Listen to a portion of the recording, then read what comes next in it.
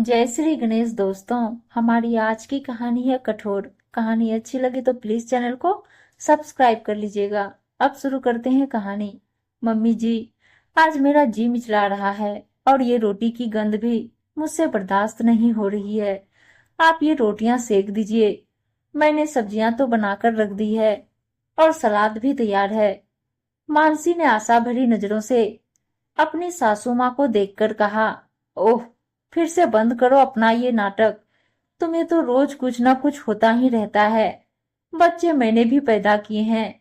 10-10 लोगों का सुबह शाम खाना बनाती थी, पूरे घर का काम करती थी, पर कभी मजाल की अपनी सास को किसी काम के लिए कहा हो। और तुम हो कि मुझ पर हुक्म चला रही हो। रोटी खाते वक्त तो गंध नहीं आती है, सिर्फ बनाते वक्त ही क्यों आती है? चंदा जी ने तेज आवाज में कहा।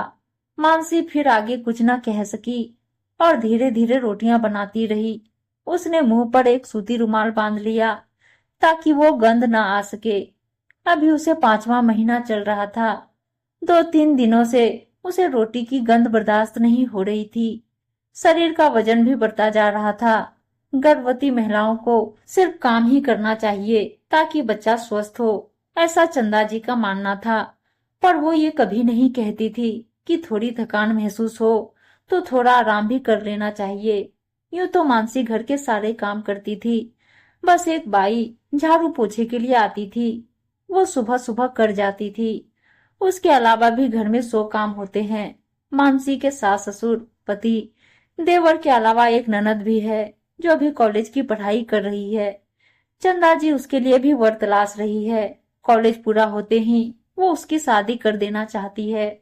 सुबह की चाय, नाश्ते, टिफिन, लंच तक सारा काम मानसी अकेले ही करती थी। फिर कपड़े सुखाने से लेकर उन्हें प्रेस करने की जिम्मेदारी उसी की होती थी। शाम की चाय, स्नैक्स से लेकर रात का खाना और बर्तन तक वो खुद ही करती थी। सारा काम अकेले करके और खड़े रहकर उसके पैरों में सूजन आ गई थी। मानसी की ननद रुचि भी उसकी हम उम्र ही थी। मानसी की मम्मी पापा की मृत्यु एक सड़क दुर्घटना में हो गई थी, तो उसकी चाची ने उसकी जल्दी ही शादी कर दी थी ताकि ज्यादा पढ़ाई लिखाई नहीं करवानी पड़े और उनका पैसा भी बच जाए। मानसी ऐसी अवस्था में बड़ी ही परेशान रहने लगी थी। पति मोहित को उसकी बात सुनने की फुर्सत नहीं थी। वो अपनी मम्मी के खिलाफ कुछ सुनना भी नहीं चाहता था। वो अपनी परेशानी आखिर किससे कहती? उसकी चाची भी कम ही बात करती थी। एक दिन रविवार दोपहर को वो रसोई में काम कर रही थी तो थकान और दर्द के मारे उसके आंसू ही निकल गए। जब उसकी ननद रुचि ने देखा तो उसने पूछ लिया, भाभी आप रो क्यों रहे हो? आपको कोई तकलीफ है क्या? उस दिन मानसी का सारा गुबार फूट गया। उसने अपनी सारी तकलीफें रुचि को बता दी। रुचि को यह सब सुनकर बहुत दुख हुआ।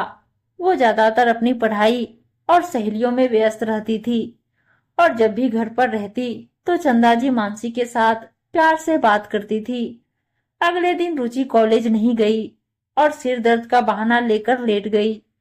चंदा जी ने पूरा घर सिर पर उठा लिया क्योंकि उनकी बेटी के सिर में दर्द जो हो रहा था।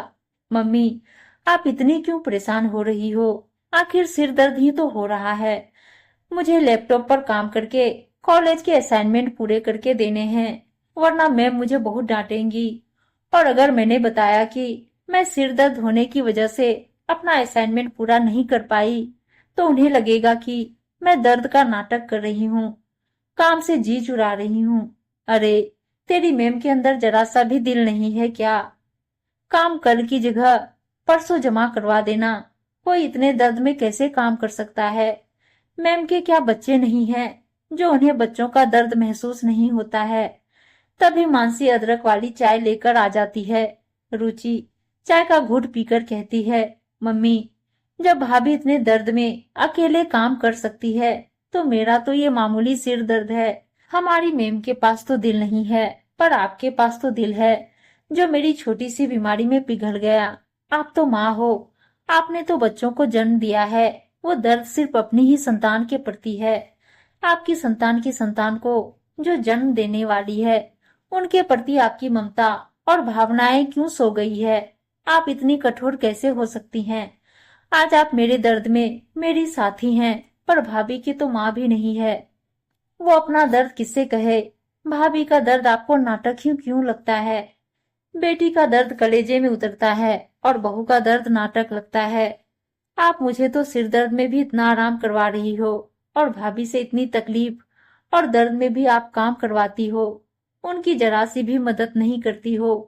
कल को मेरी सास भी मेरे साथ ऐसा ही व्यवहार करेगी तो आपको कितना दुख होगा। भाभी की मम्मी को भी वहां ऊपर दुख हो रहा होगा। अपनी बेटी रुचि की बातें सुनकर चंदा जी शर्म से जमीन में गिर गई। उनकी बेटी ने उनकी आंखें खोल दी। उन्हें अपनी गलती का एहसास हो गया। बस कर रुचि, मैं इतनी उम्र होने पर भी ये सब नहीं सोच पाई। बहू का दर्द मुझे कभी नजर नहीं आया, पर मैं अब ऐसा नहीं करूंगी। मुझसे जितनी मदद हो पाएगी मैं मानसी की मदद करूंगी और उसका दर्द एक बेटी का दर्द समझकर महसूस करूंगी। मानसी ने अपनी ननद को बहुत धन्यवाद दिया। आखिर उसने सगी बहन जैसा फर्ज अदा किया था। उम्मीद है दोस्तों कहानी अच्छी लगी होगी और अच्छी अच्छी कहानियां सुनने के लिए चैनल को सब्सक्राइब और वीडियो को लाइक शेयर जरूर कर दीजिएगा। धन्यवाद दोस्तों।